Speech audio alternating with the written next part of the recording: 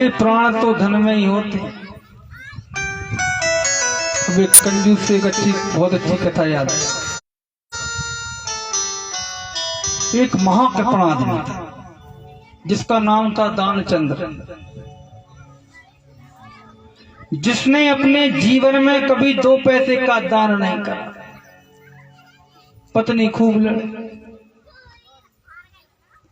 महाराज जी हमारे घर में इतना धन है, आप कभी 2 पैसे दान में क्यों नहीं देते, कभी कथाओं में क्यों नहीं जाते।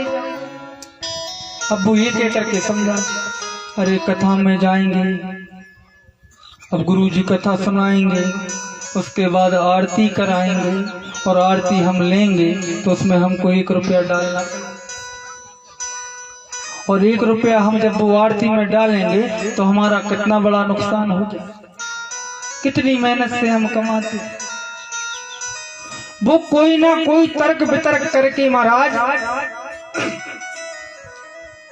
अपनी पत्नी को समझा दिया।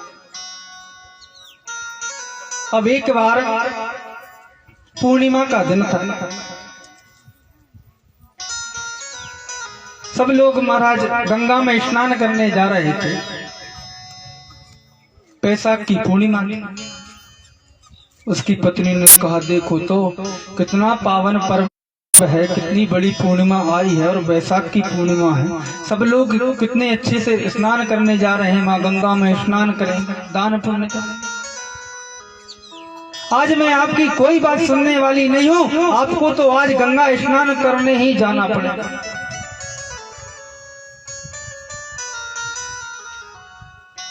कि नहीं देवी मैं नहीं जाऊंगा, नहीं आज अगर आप गंगा में स्नान करने नहीं गए तो भैया तलाक के पेपर तैयार है।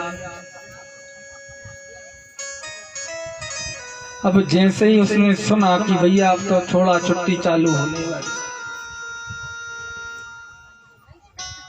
उसने बड़ी मुश्किल से कहा हो जाते, अब आप नहीं मान रही हो तो जाना ही पड़ेगा। अब्बू महाराज बड़े दुखी मन से गंगा में स्नान करने गए। अब गंगा जी में स्नान करने गया, भैया बनारस में तो पंडा लोग गंगा के किनारे पर भ्रमण करते रहते, कोई यजमान न जाए तो कुछ उससे दान पुण्य करा लिया। अब उनने सोचा कि भैया इस घाट पे तो बड़ी भीड़ है, अगर इधर गए तो पंडा पकड़ लेगा। तो उस भैया ने, उस दानचंद्र जी ने दिमाग लगाया, ज्ञान लगाया, जहां पर महाराज मुर्दा घाट था उस घाट पे वो स्नान करने। सारा संसार अच्छे घाटों पर नहा रहा, परंतु दानचंद्र जी मुर्दा घाट पर चले गए कि महाराज अगर पंडा मिल जाएगा तो भीड़ में जाएंगे तो, और हमको कुछ दान करना पड़ेगा। अब महाराज भगवान भी बड़े कौतुकी थे। भगवान ने सोचा कि आज मैं इससे दान तो करा के रहूंगा, आज इससे मुझे दान कराना है कैसी भी कंडीशन। अब भगवान ने पंडा का वेश धारण कर लिया। अब इधर दानचंद्र जी गंगा जी में नहा ही रहे थे, और जैसे ही गंगा जी में गोता लगाया और जैसे ही बाहर निकले, सामने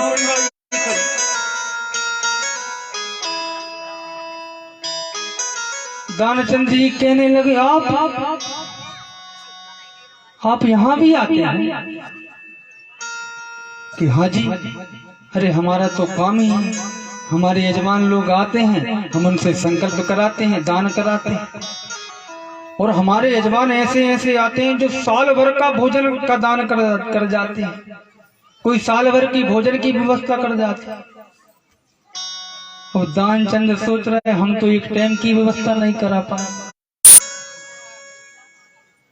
तो भैया हम तो एक टाइम की व्यवस्था नहीं करा पाए। अब दानचंद्र ने कहा कि महाराज जी हम तो आपके यजमान ही नहीं हैं।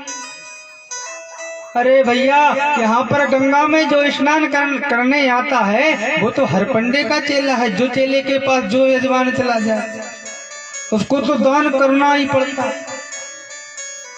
कि महाराज जी हम दान नहीं करेंगे। अब भगवान ने तो बिल्कुल पक्की करके गए थे कि आज जवैया से दान कराने कि महाराज जी यहाँ का नियम है जो गंगा में स्नान करने आता है उसको दान करना पड़ता। अब दानचंद जी माने नहीं और भगवान भी नहीं माने। भगवान कहे दान करो, दानचंद जी कहे हम बिल्कुल नहीं करें। अब भगवान ने जैसे तैसे उसको समझाया। दानचंद कहने लगा हमने पैसे ही नहीं लेके आए, हम तो पैदल आए, 12 किलोमीटर गंगा जी थी, पैदल चले गए।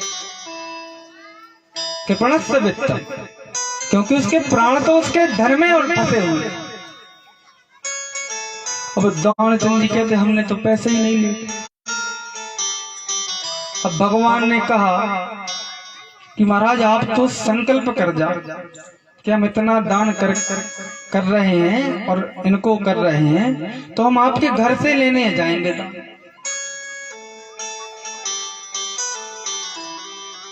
कि आप दान करा के ही रहोगे कि बिल्कुल दान तो आपको करना पड़ेगा। तब उस दानचंद ने महाराज भगवान को पंडा को उधार संकल्प कराया कि महाराज हम आपको 2 धेला दान करते। 2 धेला, पैसा से भी छोटा होता है, 1 रुपया से भी छोटा होता है, धेला, वो धेला दान करा। वो भी कब के उधार? उधार, बैसाख के उधार। आजकल जो उधारी वाले बड़ी व्यवस्था है। अब भैया दानचंद जी तो लौट के आ गए थे, बड़ा दुख मना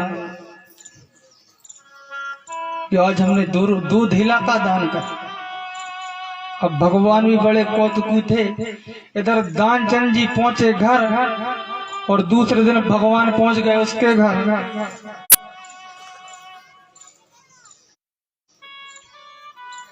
अब दानचंद जी लेटे हुए थे, घर में बैठे थे। पत्नी को भेजा कि देखो कौन है।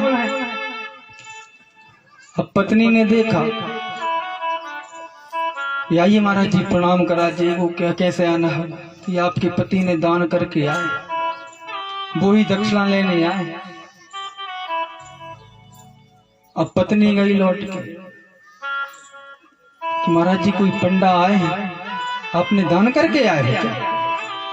कि हाँ हाँ सुन तो मैंने दान करके। तू उनसे बोल दे कि अभी मेरी तबीयत खराब है, थोड़े दिन बाद, थोड़ी देर रुक जा, या थोड़े दिन बाद आए। और महाराज दानचंद ने पत्नी को कहकर भेज दिया। पत्नी कही महाराज जी अभी तो हमारे स्वामी की तबीयत गड़बड़ है, आप 2-4 दिन बाद। अरे उनकी तबीयत खराब?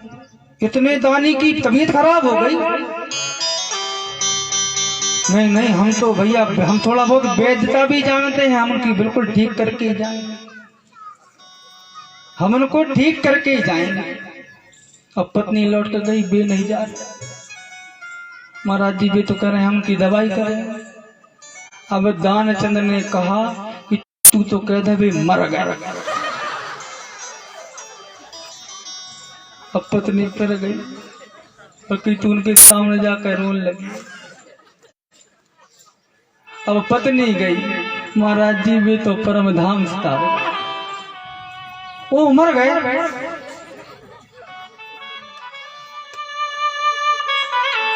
अरे भैया हमारे यजमान का प्राणांत हो गया, अब गरुड़ पुराण तो हम ही करके जाएंगे। अब पत्नी भी वैसे ही भैया छाती पीट कर रो रही। अब इतने में भगवान ने अनेकों रूप बनाकर पूरे गांव में ढिंढोरा पिटवा दिया कि दानचंद जी मर गए। अब सारे गांव वाले इकट्ठे होने लगे और दानचंद जी भी भैया सांस रोक कर पड़े।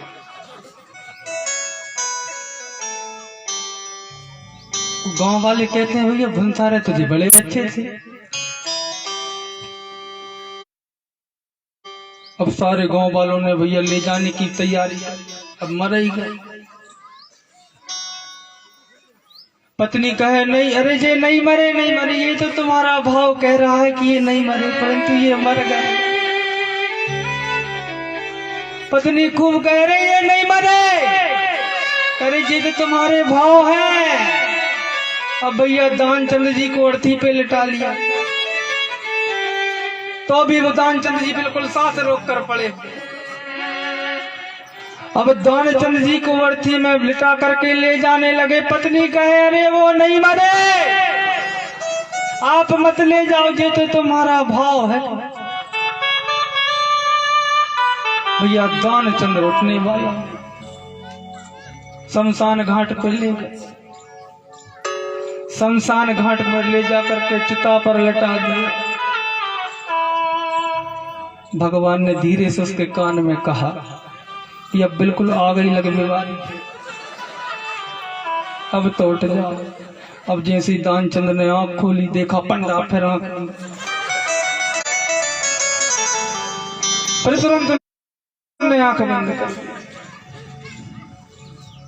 कि महाराज अब प्राणांत हो जाए, अब तो खुल जाओ, 2 धेला दान करना है कर दो। और जैसे ही दानचंद जी आंख खोले और सामने पंडा देखकर तुरंत आंख बंद कर। भगवान ने कहा दानचंद से कि आए हैं बैकुंठ से, अरे हम तुमको बैकुंठ से मिलने आए हैं, कि आए हैं बैकुंठ से तुमसे नाता जोड़। दानचंद ने कहा अच्छा तुम भगवान हो, तुम ही भगवान हो? तो हाँ बिल्कुल, ये बैकुंठ से आए, ये तुमसे नित्य रिश्तेदारी करेगा।